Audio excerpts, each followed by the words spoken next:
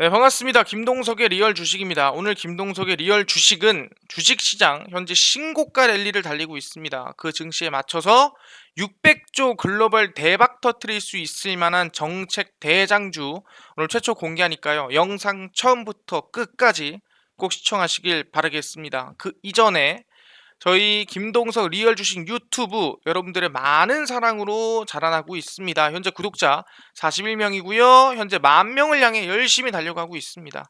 사실상 최근에 제가 게임주를 여기서 공개를 해드렸거든요. 그래서 게임주 M게임이나 뭐 카카오 게임즈 뭐 급등이 좀 나왔습니다. 그렇기 때문에 이 영상만 보셔도 여러분들이 수익을 낼 수 있는 내용들 많이 알아갈 수 있거든요. 그래서 영상들 보시고 주변에 공유해 주시고 딴 거 안 바랍니다. 저희 유튜브 구독 버튼 그리고 영상 좋아요 그 다음에 댓글까지 꼭 달아주시면은 정말 감사하겠다 말씀드리고요. 오늘 영상도 처음부터 끝까지 함께 해주시길 바라겠습니다. 그럼 오늘은 말씀드린 대로 글로벌 정책입니다. 그냥 정책이 아니에요. 글로벌적인 정책주다라고 생각하시면 될 것 같은데 이게 무슨 소리냐? 지금 사실상 뭐 국내 증시가 말도 안 되는 우상향세를 달리고 있는 게 사실입니다. 코스닥도 그렇고 현재 코스피도 마찬가지로 우상세를 달리고 있어요. 근데 대한민국만 그렇냐? 절대 그렇지가 않다라는 거거든요. 실제 해외 차트를 본다고 하더라도 실제 나스닥이죠. 나스닥 차트도 최근에 눌리긴 했지만 다시 뭐 반등세가 만들어지면서 신고가 다시 한번 뚜르러 올라가고 있고요. 다우존스 같은 경우에도 뭐 실제 일봉상 보시면 신고가를 뚜르러 지금 상승세를 달리고 있는 모습 확인할 수가 있습니다.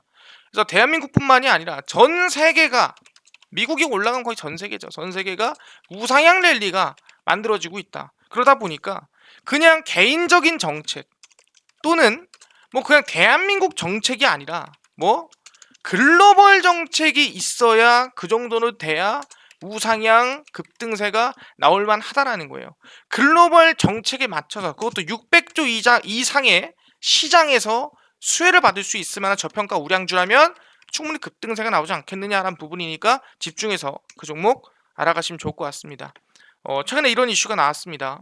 아시겠지만 EU 유럽에서 유럽연합이죠. 탄소 중립 목표 첫 법제화의 승인을 받았습니다. 그래서 유럽 기후법 승인이 났는데 이게 뭔 소리냐? 실제로 유럽연합 EU 회원국들이 2050년까지 EU에서 탄소 중립을 이룬다는 목표를 법제하는 것을 골자로 한 유럽 기후법을 채택을 했습니다. 그러니까 이제 뭐다? 그냥 탄소 중립 목표로 하자가 법이 된 거예요. 그 정도로 지금 이 탄소 중립 친환경이 중요해졌다라고 볼 수 있을 것 같아요. 그래서 유럽이 탄소 배출 감축에 법적 구속력을 부여한 첫 사례라는 점에서 세계 각국의 기후변화 문제 대응을 위한 노력에 이정표가 될 전망이다라고 나와주고 있죠. 그래서 CNN 방송에 따르면 EU 회원국들은 EU 산하 유럽 의회에서 유럽 기후법을 공식 승인했으며 지난 4월 이 법에 대한 합의를 이뤘었던 걸 미리 얘기를 합니다. 그렇지만 뭐 불가리아는 뭐 충분히 자국의 나라가 뭐 우린 아니다라고 했는데 다 필요 없고요. 어쨌든 간에 EU에서는 온실가스 순배출량을 2030년까지 1990년대 대비 최소 55% 감축하고 뭐다? 최대가 아닙니다. 최소. 그러니까 무조건 55%는 감소를 하겠다는 소리고 2050년까지는 탄소 중립을 이룬다라는 거예요. 그래서 사람들이 탄소 중립이라는 거에서 오해를 하시는 분들이 있는데 탄소 중립이 뭐냐? 그러니까 탄소 제로가 아닙니다. 뭔 소리냐? 탄소가 나오더라도 그 탄소를 다시 포집해서 다시 이거를 뭐 다른 에너지로 바꾸는 뭐 기술이 있더라도 이거는 사실상 탄소 중립이라 보시면 될 것 같아요. 그렇기 때문에 탄소를 아예 배출을 안 하겠습니다가 아니라 탄소가 나오더라도 그 탄소를 다른 에너지로 쓸 수 있게끔 만들겠다. 그런 기술력이라도 개발하겠다는 게 탄소 중립입니다. 그런 부분에서 EU 행정부 격인집행위원회는 2050년까지 EU를 최초의 기후중립 대륙으로 만든다는 목표를 제시한 바 있고요. 이를 위해서 기후변화 관련 정책 계획을 담은 유럽 그린딜을 제안한 바 있습니다.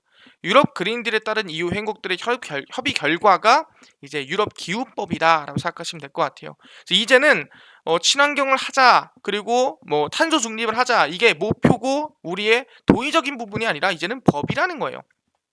안 하면 처벌받는다. 그래서 탄소 배출 감축이 선언적 합의에 그치고 미국이 파리기후 협약을 탈퇴하는 사례도 나오면서 이러한 합의조차도 불안정하다. 그냥 약속은 믿을 수 없어.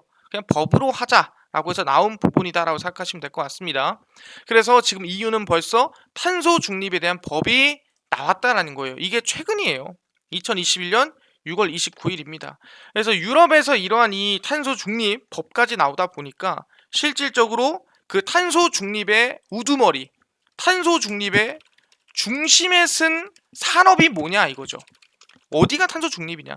사실상 우리가 보통 탄소가 많이 나온다, 배출이 많이 된다라고 하면은 대부분 뭐 매연가스 뭐 이런 말을 합니다. 실제로 자동차에서 나는 가스들을 가지고 이건 탄소에 문제가 있다. 그래서 우리는 저탄소 그리고 탄소 제로를 꿈꾸자 해서 나오는 게 보통 전기차, 수소차라고 생각하시면 될 것 같아요. 그래서 이제 탄소 발자국 키우기 하면서 탄소 제로 경제 선봉에 선 자동차 업계죠.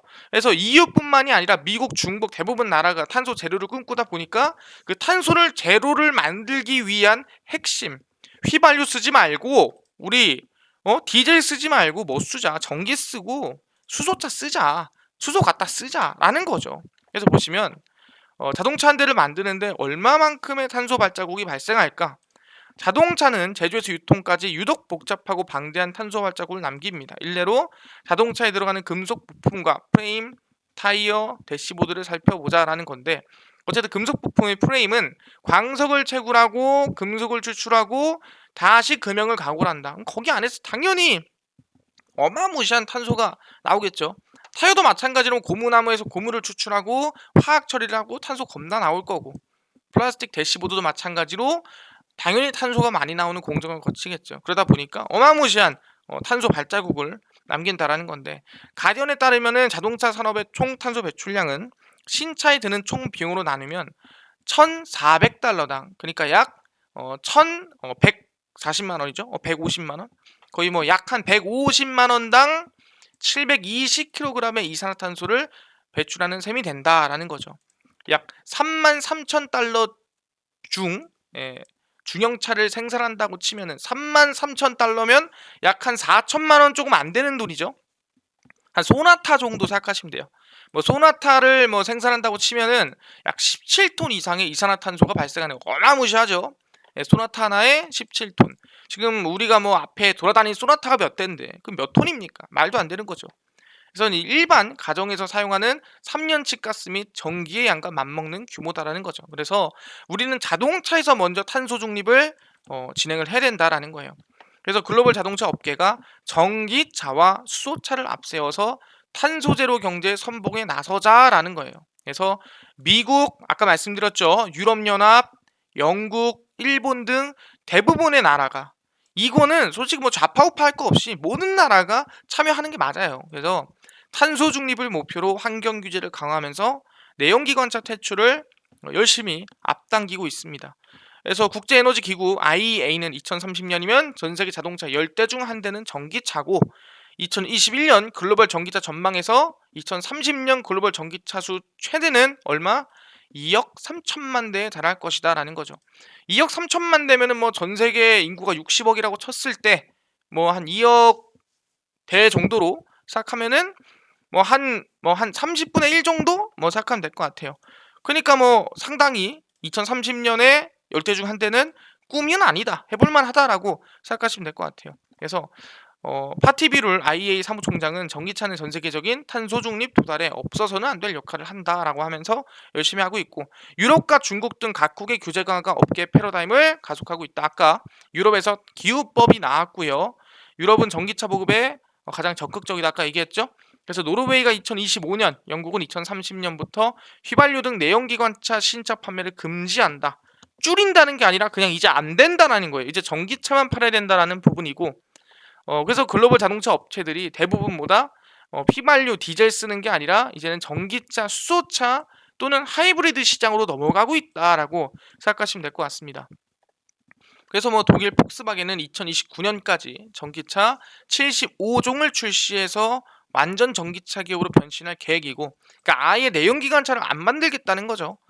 사실상 유럽이다 보니까 더 강한 거고 2034년부터는 내연기관 신차 출시를 전면 중단하고 40년부터는 탄소 배출이 없는 전기차, 수소차만 판매할 예정이다라는 거고 2030년까지는 뭐 포드 자동차도 마찬가지입니다. 미국도 유럽에서 내연기관차 생산을 중단하고 전기차만 생산할 계획이다라는 거예요. 물론 미국 포함은 아닙니다. 유럽만 얘기하는 거예요. 그래서 지금 보면은 결국에는 탄소 배출에 앞장서고 있는 게 탄소 제로에 앞장서고 있는 게 자동차 업계다라고 생각하시면 되는데 또 이 전기차도 문제가 있습니다. 예, 무슨 전기차에 문제가 있냐? 전기차가 가장 안정적인 거 아닌가요?라고 하겠지만 전기차의 가장 문제는 바로 폐배터리라는 거예요. 오케이, 전기차가 친환경인 거 알겠어요. 하지만 이 다 쓴 폐배터리는 어떻게 처리하냐 이거죠. 배터리 다 썼어. 그럼 배터리 버려야 돼. 그럼 버리는 데서도 또 이거는 문제가 생기고 탄소가 배출되고 이걸 또 친환경이라 볼 수 없다라는 거죠. 그러다 보니까 이 폐배터리에서 얼마? 시장 규모가 600조나 나오고 있다라고 볼 수가 있다라는 거죠. 보시면 전기 자동차는 배기가스를 배출하지 않아 친환경적이다. 여기까지 우리가 알고 있는 거죠. 하지만 핵심 부품인 배터리는 주기적으로 교체를 해야 된다는 거예요. 여러분 아시겠지만 아무리 에너자이저라도 배터리가 결국에는 나중에 힘이 다 달죠. 마찬가지로 아무리 자동차 배터리가 정말 이만하게 거의 뭐 자동차 한 대만 해도 결국에는 뭐 5년 쓰든 10년 쓰든 갖다 버려야 된다는 거예요. 수명이 점점 줍니다. 우리 스마트폰도 충전하다 보면은 배터리가 점점 많이 줄어들죠. 이제는 뭐 1시간 충전하면은 옛날 같은 뭐 4시간 쓸 거 시간 지나면 이제 뭐 2시간밖에 못 쓰죠. 그렇게 생각하시면 될 것 같아요. 그래서 배터리는 주기적 교체해야 됩니다. 수명이 다한 배터리는 리튬과 니켈 등이 포함된 유독물질로 분류돼서 바로 매립할 수도 없다라는 거죠. 그러다 보니까 이거는 또 친환경을 위해서 만든 전기차가 또 환경을 오염시키는 뭐 친환경이라 볼 수 없는 그런 사태가 발생하고 있는 거죠. 그래서 환경보호를 위해 개발된 전기차에서 나오는 배터리가 친환경이지 않다라는 거죠. 그래서 이 배터리를 재활용하자는 거예요. 버리지 말고 재활용해서 다시 배터리로 쓰자. 그래서 폐배터리 산업이 열심히 지금 성장이 나아지고 있다라는 거예요. 왜? 아까 2030년까지 전기차 거의 뭐 유럽은 90%에서 99%까지 만든다고 했잖아요. 그죠? 그럼 어쨌든 지금보다 배터리가 더 많이 나올 거야. 훨씬 더 많이 나올 거예요. 그럼 어쨌든 이 배터리를 가지고 매장할 수도 없고 버릴 수도 없으니까 다시 재활용을 해야 되고, 그럼 재활용 구분은 지금보다 2배, 3배, 10배 이상 늘어날 것으로 예상이 된다. 산업 규모가 상당히 크다라는 거죠. 그래서 전기차 시장 급성장함에 따라 필연적으로 폐배터리 발생량이 늘어난다라는 거고, 전기차 보급과 배터리 교체 주기를 고려할 때 폐배터리 배출량이 2024년 약 3년 뒤 연간 1만 대, 2030년 약 9년 뒤 약 8만 대에 달할 것으로 전망을 했습니다. 그래서 전기차에 사용되는 리튬 2차 전지는 초기 용량대비 70% 이하로 감소하면 주행거리 감소, 충전 속도 저하, 안정성 위험 증가 등 문제로 교체할 필요가 있습니다. 솔직히 70% 정도면은 쓰면 안 되지만 양이 좀 많이 남는다 이거죠. 그러니까 갖다 버리기 아까운 수준이니까 이거를 재활용을 하자라는 거예요. 그리고 재사용이라는 게 있고 재활용이라는 게 있는데, 재활용은 안에 있는 제품, 그러니까 안에 있는 뭐 양극재라든가 안에 있는 뭐 니켈이라든가 이거를 이제 갖다가 쓰는 게 재활용이고요. 재사용은 말 그대로 배터리 자체를 이제 다시 쓰는 게 재사용입니다. 그래서 재사용과 재활용 이거를 좀 차이를 알아두시면 될 것 같고요.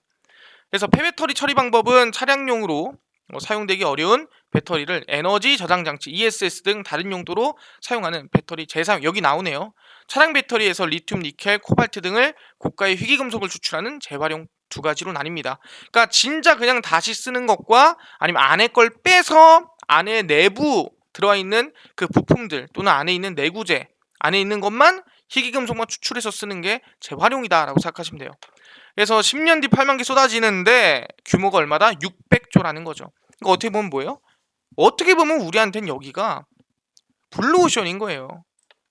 600조의 시장을 독점할 수 있는 기회가 곧 올 수 있다라는 거죠. 그래서 배터리를 ESS로 재사용하면 지속적인 충방전이 가능해 자원 선순환 생태계를 구축할 수 있다. 그러니까 버릴라는 배터리를 가져와서 쓰니까 사실 선순환이 될 수 있다 이 얘기죠. 쉽게 얘기하면. 그래서 배터리 양극화 물질 중 희귀금속은 대부분 수입에 의존하고 있어. 니켈이나 뭐 양극재 같은 거 얘기하는 거죠. 이를 회수하면 중국에 대한 수입 의존도를 낮추고 재료를 안정적으로 확보할 수 있다. 그러니까 수입 사실상 이제 어떻게 보면은 이 수출입 자체가 개선이 된다. 어떻게 보면 나라의 성장에도 도움이 된다라고 생각하시면 될 것 같습니다. 대한민국 히토리가 없죠. 그래서 배터리는 전기차 가격의 약 40%를 차지할 만큼 비싼데 그 이유는 핵심 원자재 공급이 부족하고 높은 가격이다라는 거죠. 그래서 이거를 재활용을 하자라는 부분이고, 아까 얘기한 대로 2030년 약 10년 뒤에는 약 20조입니다. 10년 뒤만 해도 적지 않은데 지금부터 약 30년이 지나면 얼마? 600조라는 거예요. 그러니까 말도 안 되는 시장 규모라는 거죠. 규모 자체가 거의 뭐 올라가는 속도가 거의 직각으로 올라가요. 직각으로. 예. 직각으로 상승합니다. 그래서 이 600조의 시장만 독점할 수 있다면은 그 관련 기업들은 상승이나 우상향이 어렵지 않다라고 생각하시면 될 것 같아요. 이 전기차 시장 초기 단계인 한국은 아직 배터리 교체 시기를 맞이한 경우가 많지가 않습니다. 왜냐하면 지금 한국에서 뭐 전기차 쓰는 가구가 있긴 하지만 많지는 않죠. 그래서 매년 80만 톤의 자동차 배터리, 19만 톤의 산업용 배터리, 16만 톤의 일반 소비자 배터리가 소비되는 유럽은 폐배터리 재활용에 매우 적극적이다라는 거죠. 그래서 폐배터리 재활용할수록 환경오염을 줄일 수 있고, 그래서 유럽연합은 2006년부터 폐배터리 지침을 통해서 EU 국가들의 폐배터리 재활용을 진행하고 있습니다. 기후법 나올 정도면은 장난 아닌 거죠. 이유는 2030년부터 폐배터리의 코발트 12%, 리튬 4%, 니켈 4%를 재활용을 하고 2035년부터는 코발트 20%, 리튬 10%, 니켈 12%등 재생 원료 사용을 의무화하고 있습니다. 그래서 뭐 회수율을 보더라도 뭐 많이 일단 들어와야 되는데 2035년은 거의 절반, 2025년은 거의 뭐 절반 이상, 30년은 거의 70%, 3분의 2 정도가 거의 회수가 된다 생각하시면 될 것 같아요. 그래서 배터리 재활용이 자원 선순환 차원에서 매우 중요하다는 거는 방금 들었을 거예요. 그래서 대부분의 대기업들도 준비하고 지금 열심히 실천하고 있다. LG 에너지 솔루션 같은 경우에도 폐배터리 사업에 박차를 가하고 있어요. 그래서 LG 에너지 솔루션은 제너럴 모터스 합작법인은 LT엄 셀즈를 통해 배터리 재활용 사업에 나섰고요. LT엄 셀즈는 2021년 5월 북미 최대 배터리 재활용 업체인 리사이클과 배터리 제조 과정에서 발생하는 폐배터리를 재활용하기 위한 계약을 체결을 했습니다. 그래서 뭐 재료들을 재활용한다는 거죠. 그러니까 재사용이 아니에요. 재활용이에요. 원재료를. 그래서 원재료 중 95%가 새로운 배터리 셀이나 생산이나 관련된 산업에 재활용이 될 수 있다라고 생각하시면 될 것 같고요.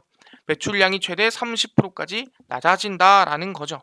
그런 부분이고, SK 이노베이션 같은 경우에도 최근에 뭐 배터리를 분사한단 말이 있지만 수리, 렌탈, 충전, 재사용, 재활용 등 5R을 중심으로 한 배터리 재활용 방안을 연구하고 있습니다. 그래서 SK 렌터카 등과 협력을 해서 배터리 렌털, 충전, 재사용, 재활용 등을 배터리 순환 경제 구축을 목표로 하고 있다라고 생각하시면 될 것 같고, 마찬가지로 삼성 SDI도 2019년 폐배터리 재활용 전문기업 TM그로우의 지분을 투자하고 성일 하이텍 등 한국의 재활용 업체들과 협력하고 있습니다. 이 성일 하이텍에 최근에 이제 그 뭐라고 하지? 무슨 뭐 박람회 같은 걸 했는데 사람들이 성일 하이텍에 엄청 몰렸다 하더라고요. 폐배터리가 워낙 이슈가 많다 보니까. 그래서 성일 하이텍은 세계에서 폐배터리 재활용을 통한 희귀금속 회수 기술을 가진 몇 안 되는 기업 중 하나다라는 거죠. 그러니까 한국에서 상당히 희귀한 거예요. 그래서 좀 많이 몰렸다 합니다. 미국, 중국, 말레이시아, 헝가리 등 해외에서도 사업장을 갖고 있습니다. 두산중공업도 마찬가지로 지금 열심히 노력하고 있다는 부분이고, 지금 뭐다? 그래서 이 600조 시장이 어디에 있다? 폐배터리에 있다. 이 친환경에 있다. 전 세계가 친환경을 달리는데 친환경을 위해 무조건 필요한 게 폐배터리를 재활용하는 이 600조 시장이라고 말씀을 드리는 거죠. 그래서 이제 아까 LG 에너지 솔루션 말씀드렸지만 LG 에너지 솔루션이 또 누구? 에코프로와 전기차 폐배터리 재활용 사업을 또 진행을 합니다. 그래서 양극재로 약 40% 재활용하죠. 에코프로가 양극재 만드는 회사입니다. 그래서 쭉 내려가 보시면은 LG 에너지 솔루션이 에코프로 그룹과 전기차 배터리 재활용 사업화에 나섭니다. 배터리 제조 시 발생한 폐배터리에서 추출한 이 폐자원을 배터리 소재로 재활용하는 거고요. 아까 얘기한 대로 양극재입니다. 15,000톤 규모의 폐배터리에서 40% 이상, 거의 절반을 이 양극재를 재활용하겠다라는 거예요. 에코프로가 이제 아까 얘기한 대로 양극재 만드는 회사니까.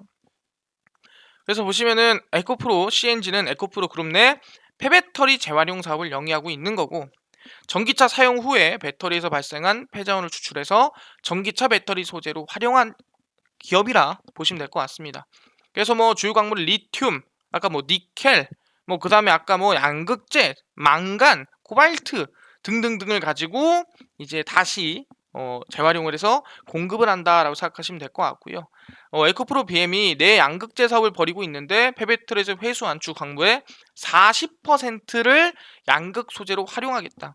그러니까 원가도 줄어, 충분히 배터리도 생산해, 환경도 살려, 충분히 정책 수혜도 받아. 얼마나 좋은지 모르겠어요. 그래서 아까 얘기한 대로 또 뭐 에코프로 CNG의 에너지 솔루션은 오창 공장과 폴란드 공장에서 발생한 전기차 폐배터리를 공급합니다. 그러니까 얘네가 공급해서 거기서 뺀 걸로 다시 에코프로 BM이 갖다 써서 또 그거를 가지고 또 공급을 하고 뭐 이런 선순환 구조를 만들 거다라는 거 아까 얘기한 대로 2050년 600조 규모로 커질 것이다라고 밝히고 있습니다. 그죠? 예, 이게 이제 폐배터리 시장이라 보시면 될 것 같고요. 폐배터리는 결국 친환경에서 넘어온 거죠. 아니 근데 이거 한국만 지금 열심히 하고 있는 거 아니에요? 유럽이랑 그런 거 아닙니까? 라고 하겠지만 절대 그렇지가 않죠. 누구? 우리 시진핑이랑 바이든도 열심히 한다는 거죠. 미국, 중국 배터리 넘어 재생 배터리 투자 경쟁에 접어들었습니다. 글로벌 시장 자금이 2차 전지에서 재활용 배터리로 옮겨가고 있는 분위기다라는 거죠. 미국과 중국은 친환경 전기차 시대를 선언하는 데 앞다퉈 배터리 재활용 지원에 나서는 모양새다라는 거죠. 이게 뭔 소리냐라고 보니까 미국 정부가 중국 견제 차원에서 글로벌 공급망 점검 보고서 작성에 들어갔고, 이를 토대로 전기차용 배터리 재활용 R&D 연구 개발 등 지원에 나설 예정이라고 밝혔습니다. 그러니까 바이든 대통령도 결국엔 전기차 배터리 재활용하겠습니다라고 밝힌 거고, 전기차 배터리 산업 중국 의존도를 줄이고 미국 내 재활용 배터리 산업을 키우기 위해 R&D와 국내 재활용 배터리 공장 건설을 지원할 뿐 아니라 연방회의 승인을 받아 직접 투자하는 식의 적극적인 대응 방안이 거론될 것이다. 그러니까 사실상 이 배터리 규모로 보면은 1위가 중국이에요.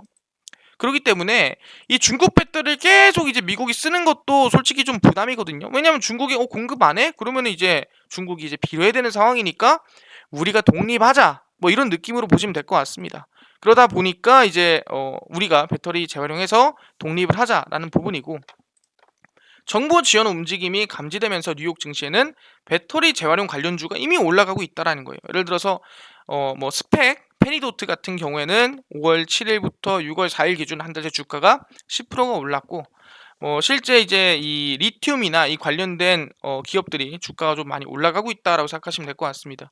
그리고 배터리 재활용 관련주가 주가 상승세는 기존 배터리 강자 기업 주가 하락세와는 대비됩니다. 그러니까 배터리 재활용 관련주 올라가지만 뭐 새로 만드는 기업들은 빠진다라고 생각하시면 되는데, 사실 결국에는 같이 올라가는 새예요. 왜냐면은 재활용해서 결국에는 그거를 다시 이렇게 해서 공급을 하고 얘네가 또 만들고 또 이걸 재활용하고 만들고 하는 부분이기 때문에 지금 심리적인 부분이지 결국에는 서로 그냥 상부상조하는 분위기입니다. 그래서 굳이 뭐 악재라고 보시면 안 돼요. 그래서 배터리 재활용 부분은 배터리 부문보다 후발주자인 만큼 현재로서는 비상장 기업이 많습니다. 그러니까 곧 상장할 기업들이 많다라는 거죠. 상장해서 600조 시장을 갖다 박을 기업들이 많다라는 부분이고, 바이든 대통령이 속한 미국 민주당은 기후변화 대응 차원에서 오는 2030년까지 미국 내에 생산된 대부분의 차를 전기차로 바꾸고, 이게 다 폐배터리 잠재적인 시장 규모라는 거예요. 2040년에는 전기차로 100% 전환을 계획한다. 다 폐배터리 될 겁니다. 그러다 보니까 시장 규모가 커지고 있다라는 거고, 전기차 혁명에도 불구하고 배터리 재활용이 이루어지지 않는 경우 2040년까지 미국 내에서만 폐배터리가 얼마? 800만 톤이 버려질 건데, 이 환경 오염을 막기 위해서는 당연히 재활용을 할 수밖에 없다라는 거예요. 그러니까 한국뿐만이 아니라 중국, 미국도 같이 하고 있고 유럽도 거의 몰빵치고 있는 게 폐배터리 시장이다라고 말씀을 드리는 겁니다. 그러다 보니까 실제로 우리가 폐배터리가 왜 그렇게 주목을 해야 되는가 좀 정리를 다시 한번 하고 가도록 하겠습니다. 아까 얘기한 대로 이제 11일 막을 내린 국내 최대 2차 전지 전시회 인터배터리 2021에서 참여 기업들의 부스를 둘러본 문승욱 상업통상자원부 장관 업계 경영진들이 가장 처음 방문한 부스는 어디? LG 에너지 솔루션, 삼성, SK도 아닌 어디? 성일하이텍이다. 아까 말씀드렸죠? 폐배터리 거의 국내에서 거의 유리한 기업이라고 말씀드렸습니다. 그래서 이 폐배터리는 유럽에서 시작돼서 전 세계를 덮은 탄소 중립 구호는 친환경 전기차 시장이 폭발적인 성장 촉발했고, 그거를 해결하기 위해서 이 친환경차에서 나오는 폐배터리 해결하기 위해서 폐배터리 시장이 커져가고 있다라는 거고, 지금 보시면은 올해 1월부터 4월까지 세계 각국에 신규 등록된 전기차의 배터리 에너지 총량은 65.9 기가와트로 전년 동기 대비 2.4배 급증했습니다. 그러니까 전기차가 배터리가 많이 쓴다는 건 좋은 거예요. 하지만 그만큼 쓰레기도 늘었다라는 거고, 선두를 누가 달려? CATL, 바로 중국 기업이 달리고 있습니다. 그래서 중국, 한국, 다른 나라, 중국, 한국, 한국입니다. 그러니까 열심히 뭐예요? 중국, 한국이 열심히 노력을 해야 배터리를 줄일 수 있고 더 성장이 만들어질 수 있고, 한국이 삼성 SDI랑 BYD랑 지금 차이 얼마 안 나요. 그러면은 삼성 SDI가 4위, 5위 그대로 먹어버리고 정말 1, 2, 3, 4, 5위에 한국 기업만 3개가 있는 그런 사태가 발생할 수 있다는 거예요. 그러니까 폐배터리 시장은 사실상 대한민국이 먹을 수 있는 그런 증시다, 그런 상황이다라 볼 수 있을 것 같습니다. 그래서 전기차에 사용된 리튬이온 배터리는 일반적으로 500회 정도 충전하면 성능이 저하됩니다. 그래서 500회 충전하고 그 다음에 이제 폐배터리 넘겨서 재활용하고 하는 상황이 제일 좋다라는 거예요. 그래서 그런 내용이 다 적혀 있는 겁니다. 아까 했던 얘기 또 하는 거기 때문에 제가 이거를 다시 한번 얘기하진 않을 거예요. 어쨌든 성일 하이텍 때문에 제가 이거를 보여드린 거고, 그리고 제일 중요한 건 뭐냐, 대한민국에서 뭐가 바로 진행됐냐. 아까 얘기한 대로 우린 선진국입니다. 전기차 배터리 선진국이에요. 그럼 여기서 가장 뭘 보여줘야 되냐, 폐배터리에 대한 기준, 기후법과 같은 기준이 있어야 돼요. 그래서 그 기준에 대한 법안이 언제? 7월 6일부터 시행이 된다라는 거예요. 바로 이겁니다. 전기차 폐배터리 재활용 본격 추진 거점 수거센터가 설치가 됩니다. 뭔 소리냐? 보시면은 이 전기 전자제품 및 자동차의 자원순환에 관한 법 시행령입니다. 그래서 일부 개정안이 29일 국무회의에서 의결돼 7월 6일부터 시행이 됩니다. 그러니까 뭔 소리야 이게? 전기나 또는 전자제품, 전기차나 전자제품에서 나오는 배터리를 재활용하자라는 이 운동이 아니라 뭐다? 법안이, 개정안이 7월 6일부터 진행이 되는 겁니다. 그래서 전기차 폐배터리 등을 회수 보관 재활용하기 위해 환경부 장관이 설치하는 미래폐전 거점 수거센터의 운영 업무를 한국환경공단에 위탁하는 내용을 담고 있습니다. 그러니까 한국에서도 폐배터리 열심히 모아서 우리 다시 배터리로 재활용해서 다시 씀으로써 우리 친환경 에너지를 쓰레기가 아니라 다시 친환경 에너지로 활용하는 그런 친환경적인 나라를 만들자라는 거죠. 그래서 11월 착공한 거점 수거센터는 8월 준공되면서 시범 운영을 거친 후 언제? 2022년부터 본격적으로 운영을 합니다. 그래서 전기자동차 폐배터리 재활용 활성화를 위해 지난해 11월 폐기물관리법 시행규칙을 개정, 전기자동차 폐배터리 폐기물 종류 중 하나로 신설하고 재활용업 허가를 위해 갖추어야 할 기술 및 시설 기준도 별도로 마련했습니다. 열심히 해서 뭐다? 한국엔 법안 개정안이 생겼다라는 거죠. 그러다 보니까 이미 대한민국에서는 폐배터리를 재활용할 이미 지금 발판이 마련이 됐다라고 볼 수가 있다라는 거죠. 그러다 보니까 저희는 이 600조 규모의 글로벌 정책으로 밀어내고 있는 이 폐배터리 시장이 우리한테는 기회의 시장이다라고 볼 수가 있다라는 거예요. 많은 사람들이 전기차 2차전지만 얘기하고 있을 때 폐배터리가 상당히 중요하다는 거죠. 그래서 이 관련주를 제가 준비를 했고요. 상당히 좀 저평가되어 있는 편이다라고 생각하시면 될 것 같습니다. 첫 번째가 이제 파워로직스라는 기업입니다. 두 번째가 영화테크라는 기업이고요. 네 번째가 웰크론 한텍이라는 기업입니다. 그래서 대부분 이제 많이들 2차전지나 이런 관련주로 들어봤을 기업들이라고 생각해 볼 수 있을 것 같고요. 그래서 관련주를 보시면 파워로직스입니다. 상당히 주가가 뭐 많이 오른 상태는 아니고요. 바닥에서 한번 급등이 나오고 최근 들어서 좀 조정을 주고 있는 모습을 확인할 수가 있습니다. 그리고 영화테크도 마찬가지입니다. 주가 뛰고 나서 한 차례 좀 눌림목이 나와주고 있는 상태라 보시면 될 것 같고요. 그 다음에 웰크론 한텍 같은 경우에는 이제 조금 어느 정도 오르긴 했지만 여전히 박스권 이 추세 라인대를 유지를 하면서 지속적인 우상향 상단 돌파를 지금 노리고 있다라고 보시면 될 것 같아요. 그래서 저는 개인적으로 지금 방금 말씀드린 이 폐배터리 관련주들에 좀 관심을 가질 필요가 있다라고 말씀드립니다. 그래서 이러한 종목들 충분히 이 글로벌적인 정책으로 인해서 급등이 나올 수 있을 만한 종목들 준비 많이 하고 있고 그 이상 올라갈 종목들도 많이 알려드리고 있습니다. 그러니까 저희 김동석의 리얼 주식 여러분들 사랑으로 커가고 있습니다. 꼭 유튜브 10,000명에 달려갑니다. 저희 구독 버튼 꼭 눌러주시고요. 영상 좋아요 그리고 꼭 댓글까지 부탁드리고요. 주변에 괜찮더라, 유튜브 마음에 들더라, 나쁘지 않더라 공유까지 꼭 부탁드리겠습니다. 그래서 영상들 다음 영상에서도 더 좋은 내용들 가져올 테니까 오늘 영상은 여기서 마치도록 하겠습니다. 감사합니다.